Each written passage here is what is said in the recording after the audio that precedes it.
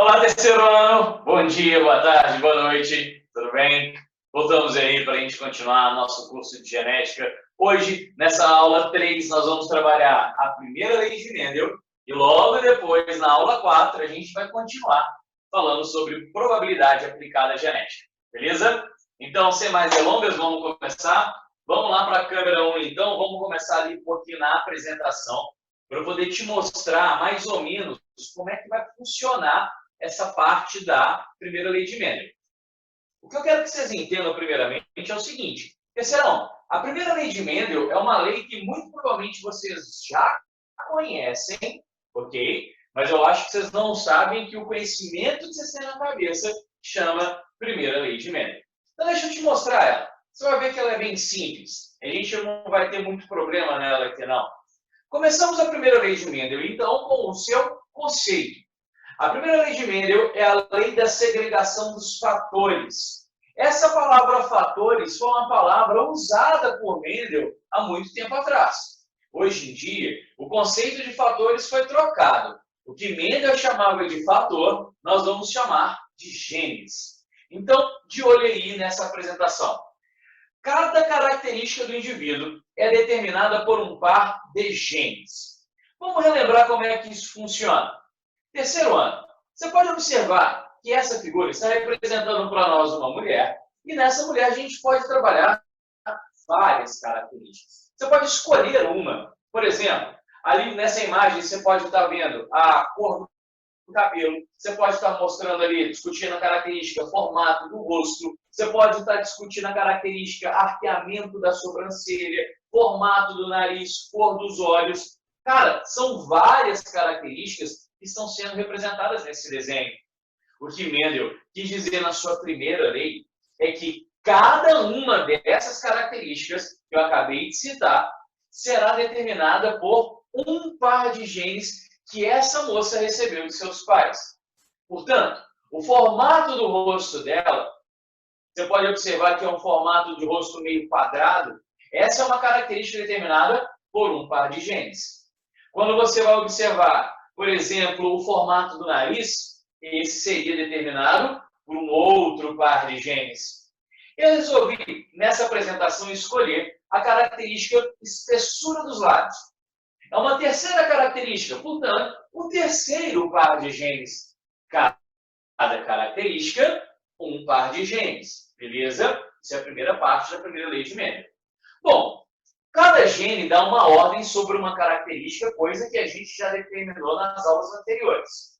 Sobre a espessura dos lábios, eu vou te mostrar quais são os dois tipos de genes e qual é a relação de dominância entre eles. Eu acho que só de você olhar na apresentação, você já vai conseguir falar para mim qual é o gene dominante, qual é o gene recessivo.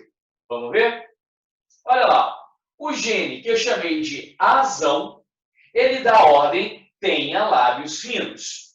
O gene que eu chamei de azinho, ele dá ordem, tenha lábios grossos.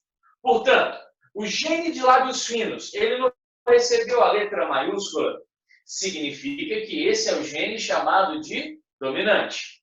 O gene que recebe a letra minúscula é aquele gene que chamaremos de gene recessivo.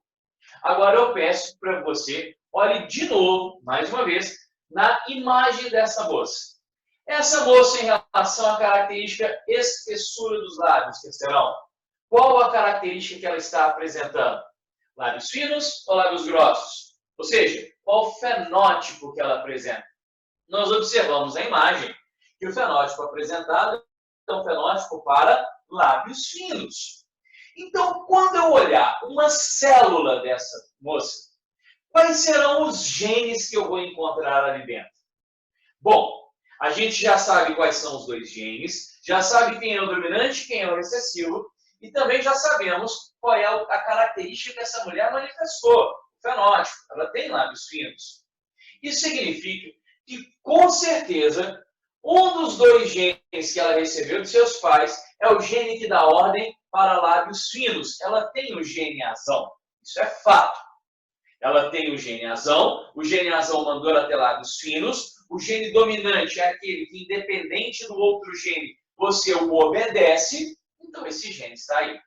Agora, qual será o outro par? Qual será o gene que vai fazer par com esse azão?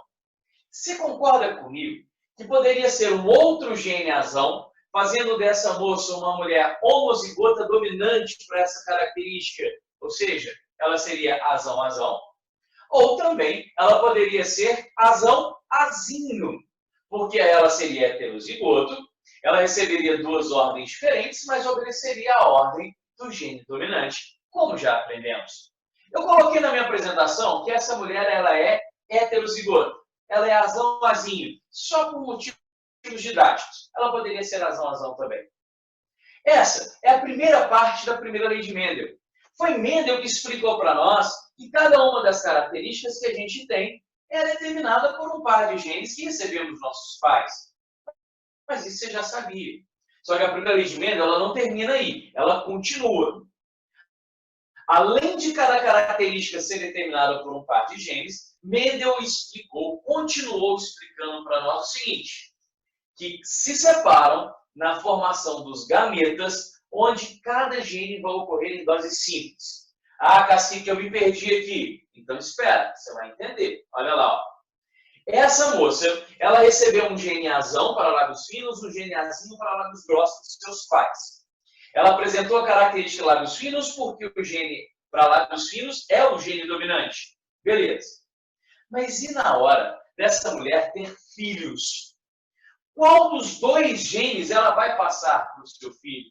Porque de cada par terceirão, a gente não recebe um do pai, um da mãe. Então agora, nós estamos fazendo com que essa mulher seja uma futura mãe. Mendel explicou o seguinte, na hora que essa mulher, ou que você que está aí me vendo, vai formar os seus gametas, você vai pegar aquele par de genes para essa característica, por exemplo, espessura dos lábios, e vai separar. Dá uma olhada na apresentação. Olha esse gene azinho. O gene azinho ele será colocado em um gameta. No caso, um ovócito, que é um gameta feminino. O gene azão vai ser colocado em outro gameta. Assim, cada gameta carrega apenas um gene. E na hora que o espermatozoide chegar com outro gene, juntam-se os dois, forma de novo um par no novo indivíduo. A questão agora que a gente tem que perguntar, e que as questões sobre a primeira lei de Mendel perguntam para nós é o seguinte, terceiro ano, qual desses dois ovócitos será fecundado pelo espermatozoide? O ovócito que carrega o gene azinho, para lábios grossos, ou o ovócito que carrega o gene azão, dominante, para lábios finos? O que a gente entende na estatística é que existem 50% de chances para ser o ovócito, com azinho, e 50% de chances para ser o ovócito com azão. Então, nesse momento, a gente começa a trabalhar os cruzamentos. A gente consegue ter uma ideia de como os filhos de um casal ele pode nascer. Vamos dar uma olhadinha, então, nesse exercício. Primeira lei de Mendel, juntando com o heredograma. No heredograma a seguir, os símbolos cheios representam indivíduos portadores de uma anomalia genética recessiva. Então, quem são os indivíduos com essa anomalia? É esse indivíduo e esse indivíduo. Certo? Agora, digamos que essa questão não tivesse falado que é uma característica recessiva. Rapidinho, você lembra como é que determina se a característica é dominante ou recessiva? Lembra? Procuramos primeiro um casal igual, com pelo menos um filho diferente. Quer ver? Ó? Esse casal aqui, ó, ele vai funcionar para a gente? Esse casal, ele não funciona, porque nem esse, eu já coloquei os três de uma vez, né? Esses três casais, eles não funcionam para a gente, porque eles são casais diferentes. Um é normal e o outro é afetado. Qual é o casal que você está vendo aí, que é igual e que apresenta pelo menos um filho diferente? É esse casalzinho aqui, não é? O casal da geração número 1, indivíduos 1 e 2, com o filho da geração número 2, indivíduo 1, que é afetado e o casal é normal. Conclusão disso, vocês lembram? Sempre que a gente tem um casal igual com um filho diferente, a conclusão que tiramos é que este casal é heterozigoto. E se ele é heterozigoto, a gente já determina qual a característica que esse casal apresenta. Esse homem e essa mulher não apresentam a característica normal, e ele não apresenta também o gene dominante. Olha o gene dominante piscando. Se ele é normal e a gente tem que obedecer o dominante, significa que, nesse caso, o gene dominante da ordem seja normal. Sendo assim, se o gene dominante manda ser normal, significa que o gene recessivo é o gene que manda ter a anomalia, seja afetado pela anomalia. Significa, então, que essa anomalia é uma característica genética recessiva, porque é o gene azinho que manda ser afetado. Beleza? Lembraram disso daí? Então, a gente já consegue determinar nesse heredograma, olha lá, ó. Esse indivíduo, ele recebeu um azinho de seu pai e recebeu um azinho de sua mãe. Portanto, todos os indivíduos afetados, eles têm que ser azinho. Seja afetado, seja afetado. Aí, assim, dá para obedecer a ordem desse gene. Legal? Agora, vamos ver qual que é o comando dessa questão. Calcule a probabilidade do indivíduo da geração número 4, indivíduo número 1. Observem que, nesse caso, o heredograma não falou se é homem ou se é mulher, e essa interrogação aí dentro significa que eu não sei como ele vai nascer. Será que ele vai nascer normal? Será que ele vai nascer afetado? Então, a prova está pedindo, calcule a probabilidade desse indivíduo ser afetado por essa anomalia. Meus amigos, para a gente saber qual a probabilidade de alguém nascer de alguma maneira que a prova quer, eu preciso conhecer o genótipo dos pais. Vamos lá. Qual que é o genótipo, então, desse papai aqui e dessa mamãe? Conseguimos observar, na verdade, que como o quadradinho e a bolinha desses pais estão brancos, quer dizer que eles são normais. Se eles são normais, olha ali, ó, eu puxei ali um detalhezinho, só para a gente lembrar. Todo quadradinho e bolinha branca aí, está apresentando que é normal, ele tem que ter o gene azão. Essa mulher, ela é normal.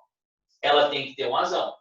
Agora, eu não sei qual que é o outro gene dela. Ela pode ser azão ou azão-azinho. O mesmo raciocínio eu posso aplicar a esse cara aqui, ó. Esse vovô, porque a gente está querendo saber dessa criança, né? Aqui estão os pais dessa criança e aqui em cima estão os avós.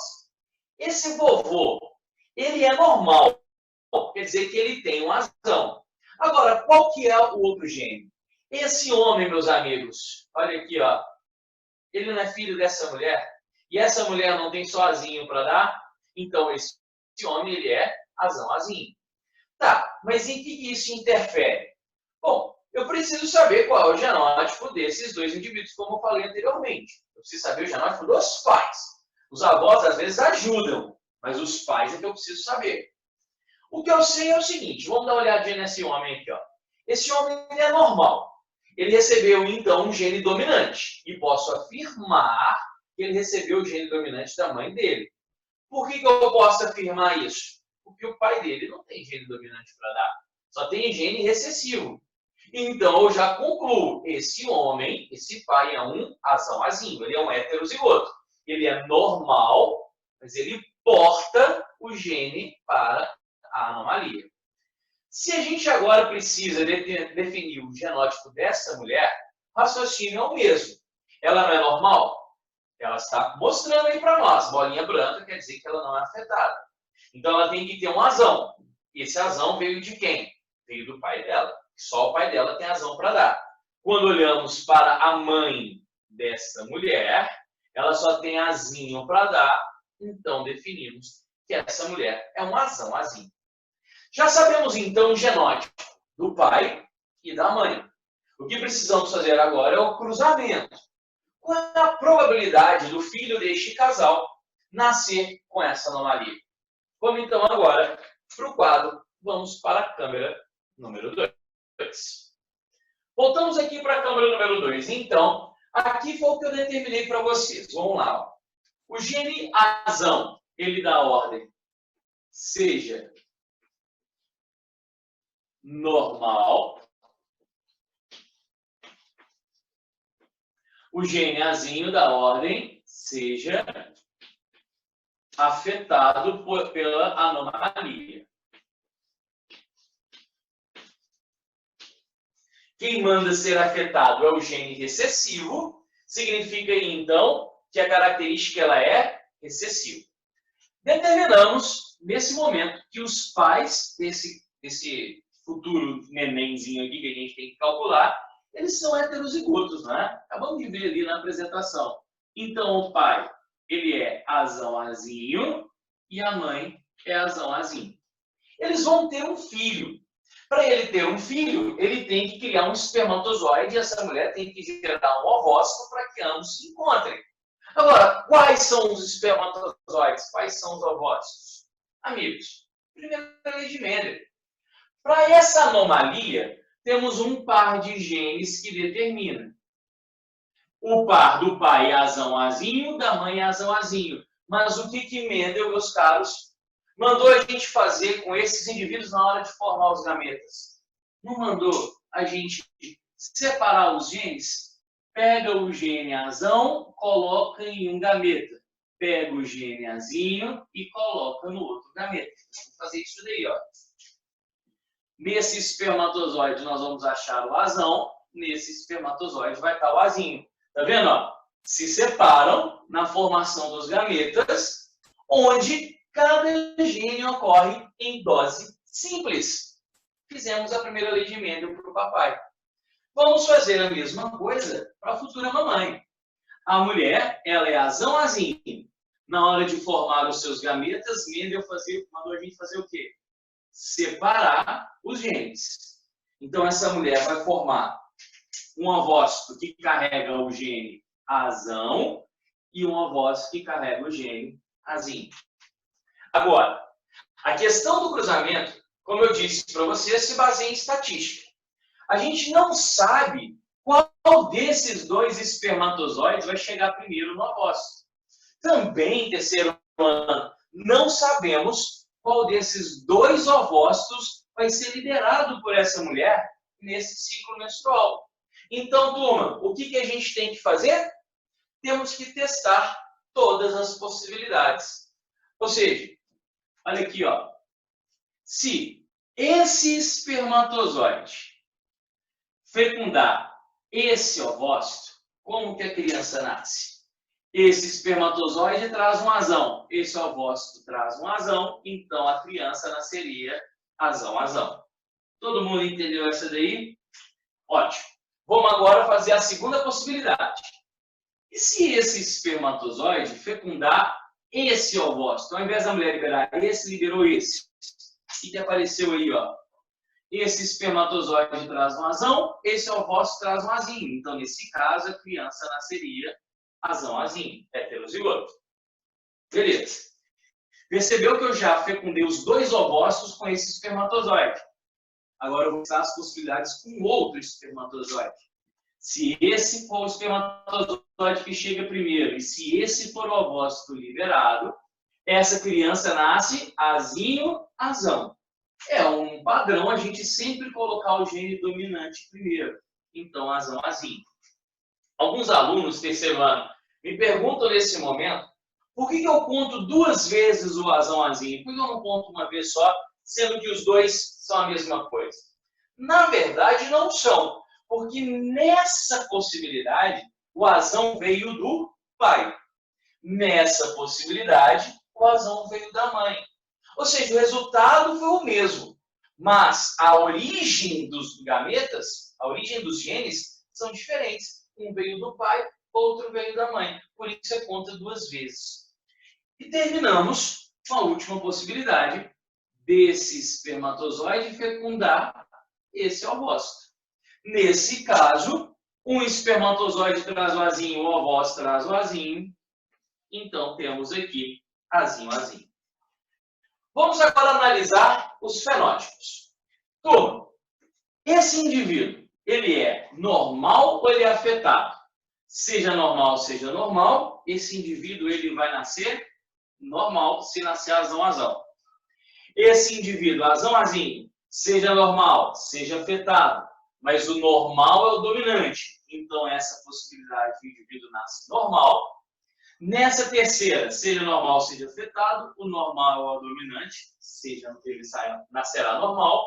E a última possibilidade, seja afetado, não tem o que fazer, né? Tem que obedecer a ordem, ele vai ser afetado. Bom, a prova perguntou para a gente qual era a probabilidade dessa criança, filha desse casal, nascer afetada. Você pode olhar aqui, ó. A probabilidade disso acontecer é uma chance em 1, 2, 3, 4 possibilidades. Portanto, a chance dessa criança nascer afetada pela anomalia é de uma chance em 4 ou 25%. Eu sempre recomendo aos meus alunos sempre fazer esses cálculos com frações. Só coloque em porcentagem se a prova pedir, se a prova colocar isso como alternativa. E foi o caso da questão que vocês viram. A resposta, então, eu não lembro qual que é a alternativa. Deixa eu puxar aqui. A alternativa seria a letra bola, 25%. Agora, para a gente terminar esse negócio da primeira lei de Mendel, eu quero te ensinar essa questão das proporções. Quando você faz um cruzamento, você tem uma proporção dos genótipos e uma proporção dos fenótipos. Como assim? Genótipo não são os genes que a pessoa tem? Fenótipo não é a característica manifestada? Meus amigos do terceiro ano, nesse resultado, quantos genótipos diferentes vocês estão vendo? Eu tenho genótipo azão, eu tenho 2 genótipos azão-azinho e tenho um genótipo azinho-azinho. Então, você vê que na primeira lei de Mendel, quando cruzamos indivíduos heterozigotos, a proporção genotípica sempre vai ser de 1 para 2 para 1. Não entendi, entendeu? Sim, ó. É um indivíduo azão para 2 indivíduos azão-azinho para um indivíduo azinho-azinho. Essa é a proporção genotípica da primeira lei de Mendel. Cruzando indivíduos heterozigotos, cacique, mas você não está me explicando direito, realmente não estou não, deixa eu contar aqui, ó. Esse cruzamento aqui, ó, é o cruzamento entre 2 indivíduos heterozigotos, não é isso? Esqueci de falar isso, mas agora vai fazer sentido. Indivíduos heterozigotos é o que nós chamamos de cruzamento teste. Então, o que eu estou querendo dizer para vocês? Em primeira lei de Mendel, sempre que você cruzar 2 indivíduos heterozigotos, a proporção genotípica vai ser 1 homozigoto dominante para 2 heterozigotos para 1 homozigoto recessivo. Mas, se você for calcular a proporção fenotípica, você vê que ela muda. O fenótipo não se trata mais dos genes. O fenótipo se trata agora da característica manifestada, não é?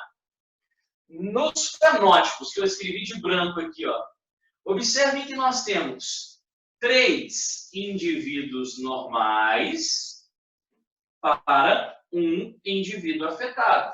Então, a proporção fenotípica vai ser 3 para 1.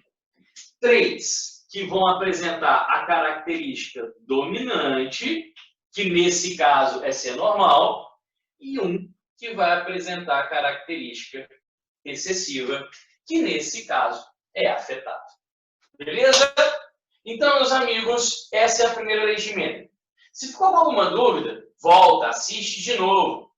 Se você ainda não pegou direitinho, vamos fazer mais um exercício? Você vê de novo a aula, e aí agora você volta nesse tempo, que eu não sei qual é o tempo, eu não estou contando o tempo, mas você está vendo aí no YouTube, para a gente resolver essa questão da Federal de Pernambuco. Deixa eu colocar ela aqui para vocês, para a gente terminar essa aula.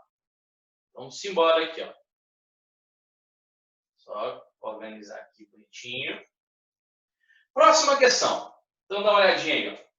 Renato, indivíduo da geração 3, indivíduo número 1, cuja avó materna e avô paterno eram albinos, a avó materna e avô paterno eram albinos, preocupado com a possibilidade de transmitir o alelo para albinismo a seus filhos. Foca nessa frase. Possibilidade de transmitir o alelo para albinismo a seus filhos. Primeiro, o que é o alelo?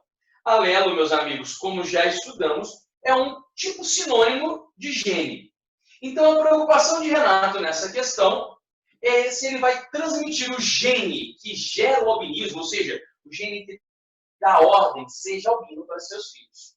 Por isso, Renato deseja saber qual a probabilidade de ele não ser portador deste alelo. Assinale a alternativa que responde ao questionamento de Renato. Turma, dá uma olhadinha aqui de novo na câmera 2. Aqui na câmera 2, está focando aqui mais direitinho? Tá. Eu quero deixar uma dica para vocês. De verdade, eu espero que você consiga assimilar essa dica e aplicar nas questões de prova. Às vezes, a prova vai mostrar para a gente um heredograma, assim como mostrou aí agora o de Renato, da família de Renato, né? Fala da característica, mas não fala para a gente se a característica é dominante ou recessiva. Ah, Cacique, mas tá fácil. Se eu não souber se é dominante ou excessiva, eu procuro aquele casal igual com filho diferente. Mas se você olhar, volta aí um pouquinho no vídeo, olha aí que a questão não mostra para nós um casal igual com filho diferente. Então, como que eu vou saber se o gene que manda ser albino é um gene dominante ou um gene recessivo? A dica está no texto. Fique sempre atento a isso. Quando disser que o indivíduo ele pode ser ou ele é portador de um gene, significa que ele porta o gene, mas não necessariamente ele manifesta. Pensa comigo. Terceiro ano, qual que é a única possibilidade de você ter recebido um gene de seus pais e você não obedecer à ordem dele? A única possibilidade disso é que o gene seja recessivo. Então, quando a prova fala, Renato quer saber a possibilidade dele portar o gene, bom, se ele porta o gene e não manifesta, quer dizer que ele tem o gene, mas não tem a característica. Portar o gene significa que a característica desse gene é uma característica recessiva. E se a característica é recessiva, nós concluímos que o gene azinho manda ser albino e o gene azão fala que o indivíduo para ser normal. Renato é esse indivíduo aqui, ó. Ele quer saber a probabilidade dele não ter o gene azinho. Vamos escrever aqui, ó, para não ficar bagunçado, né? Nesse caso, então, o azão e o azinho. Quais são as ordens? Vou escrever. Azão seja normal para o albinismo, ou seja, não apresente essa característica, e o azinho manda ser albino. Muito bem. Renato quer saber a chance dele não ter o gene azinho. Vamos entregar isso aqui, ó. Para eu saber quais são as chances de Renato não ter o azinho, eu preciso saber o genótipo dos pais de Renato. Bom, olha isso daqui, galera. O pai de Renato e a mãe de Renato são normais. Como é que eu sei que são normais? Porque a figurinha dele não está preenchida. Os albinos são esse e esses indivíduos. Então, esse homem, ele é azinho, porque ele é albino, e essa mulher é azinho. Esse homem, ele é normal, então ele é azão alguma coisa, o pai de Renato, né? E a mãe de Renato é normal, então ela é azão alguma coisa. Vamos lá, meus amigos. Qual que é esse alguma coisa? É um azão ou um azinho? O pai dele não tem só azinho para dar? Então, esse homem, ele ganhou um azão da mãe, que é normal, vê que bate. A mãe eu não sei o que ela é, se ela é azão, ou ela é azinho, mas eu sei que esse homem só pode ser azinho, porque o pai só tem azinho para dar. O mesmo raciocínio eu aplico para essa mulher. Essa mulher é normal, assim como o pai dela. Então, o pai dela é azão alguma coisa. Ela é azão, esse azão só pode ter vindo do pai. Como a mãe só tem azinho para dar, Nós colocamos o azinho aqui. Então, meus queridos, vamos fazer o cruzamento dessa mulher com esse cara. Só que agora eu não vou fazer um cruzamento assim. É o mesmo, na verdade, né? Você pode observar que vai dar o mesmo resultado. Mas eu não vou ficar desenhando espermatozoides e opostos, senão vai demorar demais. Então, vem comigo aqui, ó. O pai é azão azinho, a mãe é azão azinho. Rapidinho a gente pode fazer, ó. Esse espermatozoide fecunda esse ovócito. Então, a criança nasce azão azão. Esse espermatozoide fecunda esse ovócito. A criança nasce azão azinho. Agora vamos para outro gene do pai. Esse espermatozoide fecunda esse ovócito. A criança nasce azão azinho. Esse espermatozoide fecunda esse ovócito. Azinho azinho. Muito bem, turma. Qual a probabilidade, então, de Renato não ser portador do gene azinho?